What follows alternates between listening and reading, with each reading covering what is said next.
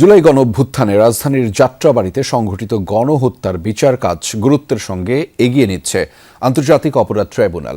প্রাথমিক তালিকায় এই একটি এলাকাতেই অন্তত ৮৫ জনকে হত্যার তথ্য প্রমাণ মিলেছে বলে জানিয়েছেন চিফ প্রসিকিউটর মোহাম্মদ আমিনুল ইসলাম।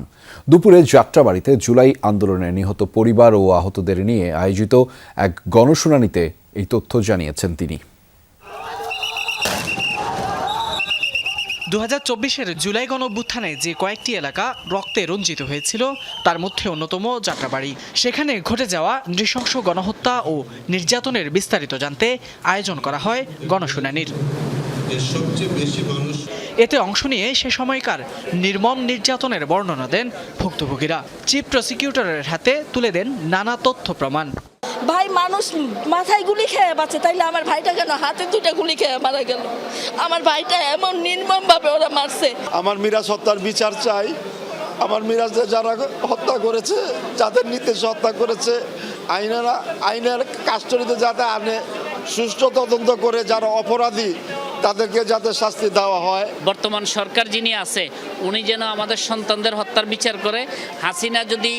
হাসিনার বাপের খুনিকে 50 বছর পরে বিচার করতে পারে, আমাদের সন্তানদের বিচার আমরা অবশ্যই তারেক রহমান স্যারের কাছে পাবো।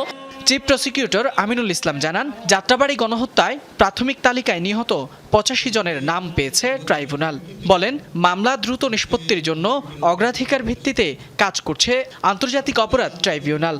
আমরা এই জুলাই আন্দোলনের মধ্যে যাত্রাবাড়ীতে যে মানবতা বিরোধী অপরাধ সংঘটিত হয়েছে সেইটিকে আমরা প্রায়োরিটি বেসিসে দ্রুততার সাথে সমস্ত ঘটনার মামলার ইনভেস্টিগেশন আমরা শেষ করব।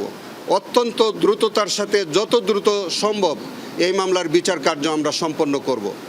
যাত্রাবাড়ী হত্যাকাণ্ডের মামলাগুলোর মধ্যে এখন পর্যন্ত কেবল তাইয়ুম ভূঁইয়া হত্যা মামলার বিচার কাজ শেষ পর্যায়ে রয়েছে। ফয়সাল মাহমুদ, যমুনা নিউজ, ঢাকা।